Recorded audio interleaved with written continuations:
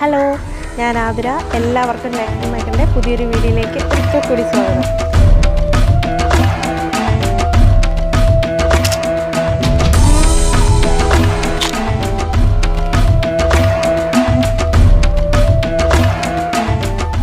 അപ്പോൾ ഇന്നത്തെ നമ്മുടെ വീഡിയോയിൽ നമ്മൾ ഓർക്കിഡ് ചെടികൾക്ക് വളം കൊടുക്കുന്ന കാര്യം പറഞ്ഞിട്ടില്ലായിരുന്നോ? അപ്പോൾ ഞാൻ എങ്ങനെയാണ് എൻ്റെ ഓർക്കിഡ് ചെടികൾക്ക് വളം കൊടുക്കുന്നതെന്നുള്ള രീതിയാണ് നിങ്ങൾക്ക് ഷെയർ ചെയ്യാൻ പോകുന്നത്.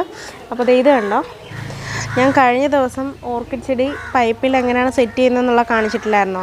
അപ്പോൾ ഞാൻ എൻ്റെ ഗാർഡൻ്റെ ഈ ഫ്രണ്ട് ഭാഗത്താണ് ഞാനിത് വെച്ചിരിക്കുന്നത്. അപ്പോൾ അതിനകത്ത് പുതുതായിട്ട് ഒരു തൈയൊക്കെ വന്നിട്ടുണ്ട്. നല്ല ഹെൽത്തി ആയിട്ട് നല്ല പോലെ വളർന്നു വരുന്നുണ്ട്. ഇത് നല്ലപോലെ വേരൊക്കെ പിടിച്ചിട്ട് പുതിയൊരു ഗ്രോത്തൊക്കെ കാണിക്കുന്നുണ്ട്. അപ്പോൾ നമുക്ക് നേരിട്ട് വീഡിയോയിലേക്ക് കടക്കാം. അപ്പോൾ ഇതൊക്കെയാണ് ഞാൻ എൻ്റെ ഓർക്കിഡ് ചെടികൾക്ക് നൽകുന്ന വളങ്ങൾ കേട്ടോ. അപ്പോൾ ഞാൻ വിചാരിച്ചെങ്കിൽ ഓൾറൗണ്ട് എൻ്റെ ഓർക്കിഡ് ചെടികളുടെ വളങ്ങളൊക്കെ നിങ്ങൾക്ക് കാണിച്ചു തരാമെന്ന് വെച്ചു. അപ്പോൾ മഴക്കാലങ്ങളിലാണ് ഞാൻ പൊതുവേ നമ്മുടെ ഈ കെമിക്കൽ വളങ്ങൾ എൻ്റെ പ്ലാന്റ്സിന് കൊടുക്കാറുള്ളത്. അല്ലാത്തപ്പോൾ ഞാൻ പൊതുവേ ഓർഗാനിക് ആയിട്ടുള്ള വളങ്ങൾ ആണ്, തേങ്ങാവെള്ളവും കടലപ്പിണ്ണാക്ക് തെളിയും ഇതൊക്കെയാണ് ഞാൻ എൻ്റെ ഓർക്കിഡ് ചെടികൾക്ക് നൽകുന്നത്. അപ്പം ഇതെന്ന് പറയുന്നത് ഫ്ലവറിങ്ങിന് വേണ്ടിയിട്ടുള്ള കെമിക്കൽ വളമാണ്.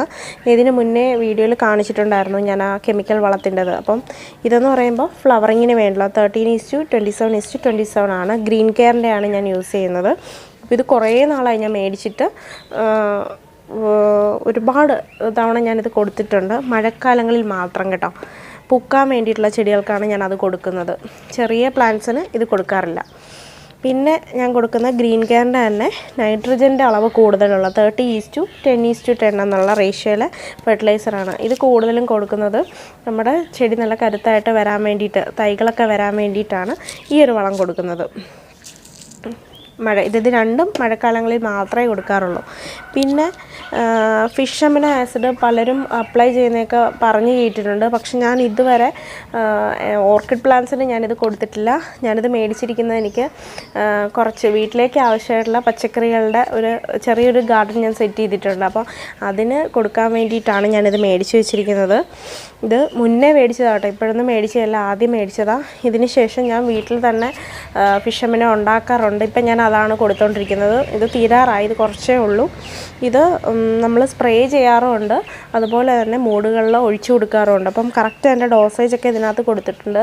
2 അല്ലെങ്കിൽ 3 ml 1 ലിറ്റർ വെള്ളത്തിലെന്നാണ് പറഞ്ഞിരിക്കുന്നത്. ആ രീതിയിലാണ് ഒന്നീ സ്പ്രേ ചെയ്യുക അല്ലെങ്കിൽ മൂടുകളിൽ ഒഴിച്ചു കൊടുക്കുക. പക്ഷേ ഞാൻ ഓർക്കിഡ് ചെടിയൊക്കെ ഇത് ഒഴിച്ചിട്ടില്ല. കാര്യം എന്ന് വെച്ചാൽ ഇതിനകത്ത് നൈട്രജൻ്റെ അളവാണ് ഏറ്റവും കൂടുതൽ, മറ്റ് 2 അളവ് കുറവാണ്.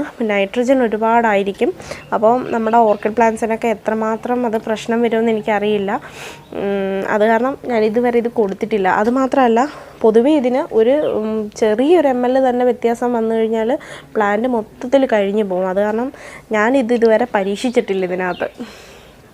പിന്നെ ഇന്ന് ഞാൻ നൽകുന്ന വളമെന്ന് വെച്ചാൽ മഴയൊക്കെ മാറിയിട്ട് നമ്മുടെ ക്ലൈമറ്റ് ചൂടായി തുടങ്ങിയിട്ടുണ്ട്. അത് കാരണം ഞാൻ വീണ്ടും എൻ്റെ ഓർഗാനിക് വളത്തിലോട്ട് തന്നെ പോവുകയാണ്.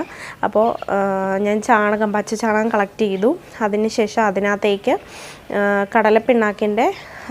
കടലപ്പിണ്ണാക്കിയിട്ടിട്ടുണ്ട്. അപ്പോൾ ഇത് രണ്ടും കൂടിയിട്ട് മിക്സ് ചെയ്ത് ഒരു 2 ദിവസം വെച്ചിട്ട് ഞാൻ അതാണ് പുളിപ്പിച്ചെടുത്തിരിക്കുന്നത്. അതാണ് ഇന്ന് എൻ്റെ ഓർക്കിഡ് ചെടികൾക്ക് ഞാൻ ഒഴിച്ചു കൊടുക്കുന്ന വളമെന്ന് പറയുന്നത്. അതിൻ്റെ കൂടെ തന്നെ ഞാൻ എൻ്റെ പച്ചക്കറികൾക്ക് വേണ്ടിയിട്ടുള്ള വളവും കൂടിയിട്ട് മാറ്റി സെപ്പറേറ്റ് ആണ് കേട്ടോ. പച്ചക്കറിക്ക് വേണ്ടതിനകത്ത് വേറെ കുറേ കാര്യങ്ങൾ കൂടിയൊക്കെ ഞാൻ ആഡ് ചെയ്തിട്ടുണ്ട്. സെപ്പറേറ്റ് മിക്സ് ചെയ്ത് പുളിപ്പിച്ചിട്ടുണ്ട്. അപ്പോൾ ഓർക്കിഡ് ചെടിയൊക്കെ രാവിലെയാണ് വളങ്ങളൊക്കെ ചെയ്യുന്നത്. അത് കാരണം ഞാൻ വെള്ളം ഒന്ന് ഒഴിച്ചതിന് ശേഷം എൻ്റെ പ്ലാന്റ്സിന് ഞാൻ എൻ്റെ വളം നൽകുകയാണ്. വെയിലൊക്കെ വന്നിട്ടില്ല, വെയിൽ വന്ന് തുടങ്ങിയിട്ടേ ഉള്ളൂ.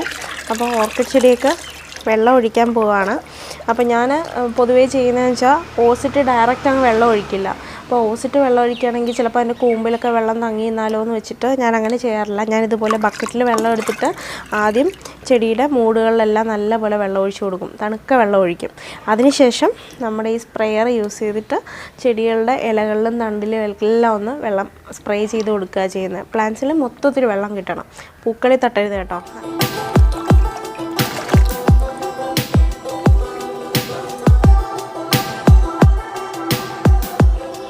ഞാൻ തണുക്ക വെള്ളം ഒഴിച്ചു കൊടുത്തിട്ടുണ്ട്. ഇനി സ്പ്രേ ചെയ്യുകയാണ് കേട്ടോ.